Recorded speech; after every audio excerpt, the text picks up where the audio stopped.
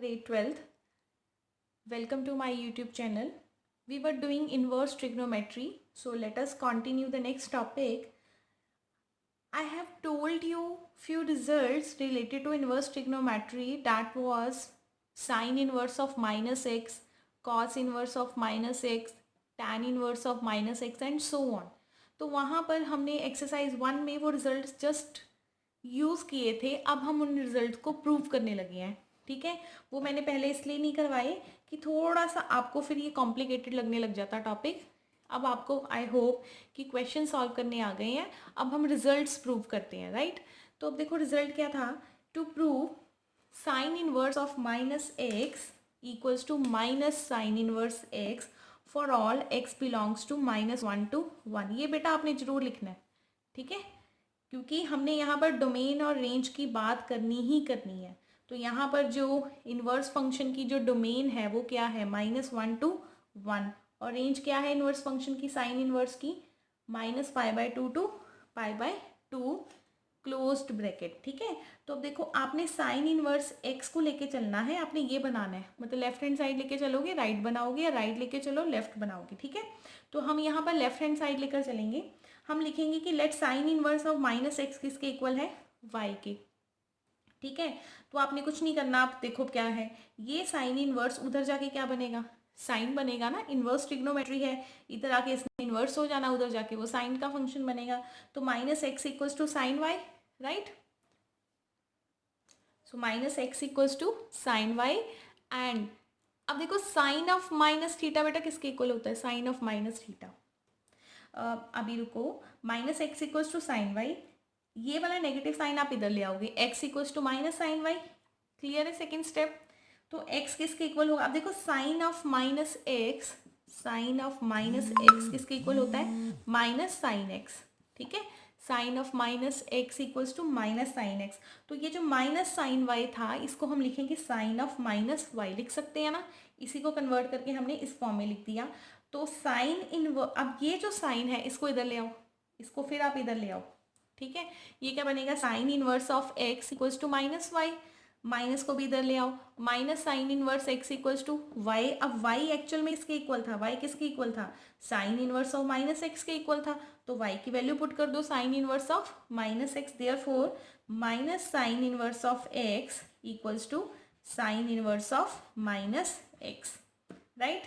तो हमने यहाँ पर एक ही साइड लेके चले और दोनों को हमने इक्वेट कर दिया, राइट. तो ये हमने प्रूव कर दिया कि sign inverse of minus x किसके इक्वल होता है, minus sine inverse of x. अब यहाँ पर अगर हम दूसरा रिजल्ट देखें तो हमारा सेकंड रिजल्ट जो है वो है, इसको बेटा वीडियो पॉज करके ना इसको नोट डाउन कर लिया करो. Second result is that, second result we are to prove cos inverse of minus x equals to pi minus cos inverse x. ठीक है, तो ये हमने अब प्रूव करना है.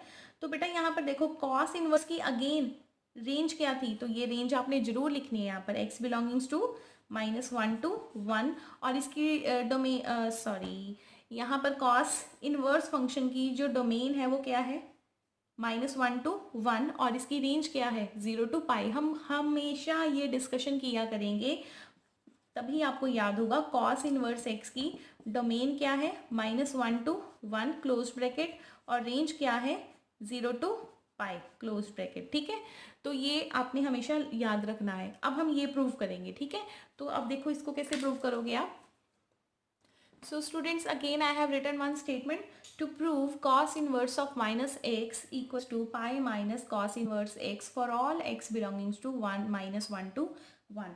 अगेन तो इसका सोल्यूशन बेटा अगेन कैसे स्टार्ट करोगे, इसको आप क्या पुट कर लोगे, y. ठीक है, let cos inverse of minus x equals to y. ठीक है, तो अब आप क्या करोगे, माइनस एक्स, ये कॉस इनवर्स उधर जाके क्या बनेगा, कॉस वाई, कोई प्रॉब्लम नहीं है. ठीक है, अब ये माइनस को उधर ले जाओ. देखो पैटर्न वही सेम है जो हमने साइन इनवर्स में किया था, वही हम इसमें कर रहे हैं. माइनस को इधर लेके जाओ, माइनस ऑफ कॉस वाई. अब हमें पता है कि कॉस ऑफ माइनस थीटा किसके इक्वल होता है, कॉस थीटा की. ठीक है, लेकिन अब हमने ये वाला माइनस एडजस्ट करना है, तो अब हम कैसे करें, इसको तो हम अंदर लेके जा नहीं सकते, क्योंकि अगर ये कॉस, अगर ये वाला माइनस अंदर जाएगा तो ये तो हमें cos y आंसर देगा, जबकि हमें क्या चाहिए, माइनस cos y। तो अब इसको देखो आप कैसे एडजस्टमेंट करोगे। अब आपको ये पता है कि आपके पास 4 क्वाड्रेंट होते हैं ट्रिग्नोमेट्री में, ठीक है। जो यहाँ पर सेकेंड क्वाड्रेंट है ये हमें देता है वैल्यू 180 माइनस थीटा, ठीक है, and the third is 180 plus theta. अब आ जाओ, जो आप फंक्शन ले रहे हो वो फंक्शन कौन सा है, कॉस इनवर्स एक्स फंक्शन है। और कॉस इनवर्स एक्स फंक्शन की जो आपने जो इसकी वो लेनी है, रेंज लेनी है, मतलब जो आपके आंसर्स होने चाहिए वो कहाँ से कहाँ तक होने चाहिए, 0 से लेके पाई तक। जो आप प्रिंसिपल ब्रांच ले रहे हो कॉस इनवर्स एक्स की, दैट इज़ फ्रॉम 0 टू पाई। तो यहाँ पर अगर हम देखें तो हम इससे आगे तो जा ही नहीं सकते, ठीक है ना, 180 प्लस थीटा नहीं सकते। और ये हम क्यों कर रहे हैं, क्योंकि कॉस थीटा मुझे पता है कि या तो वो सेकेंड क्वाड्रेंट में नेगेटिव होगा या वो थर्ड क्वाड्रेंट में नेगेटिव होगा।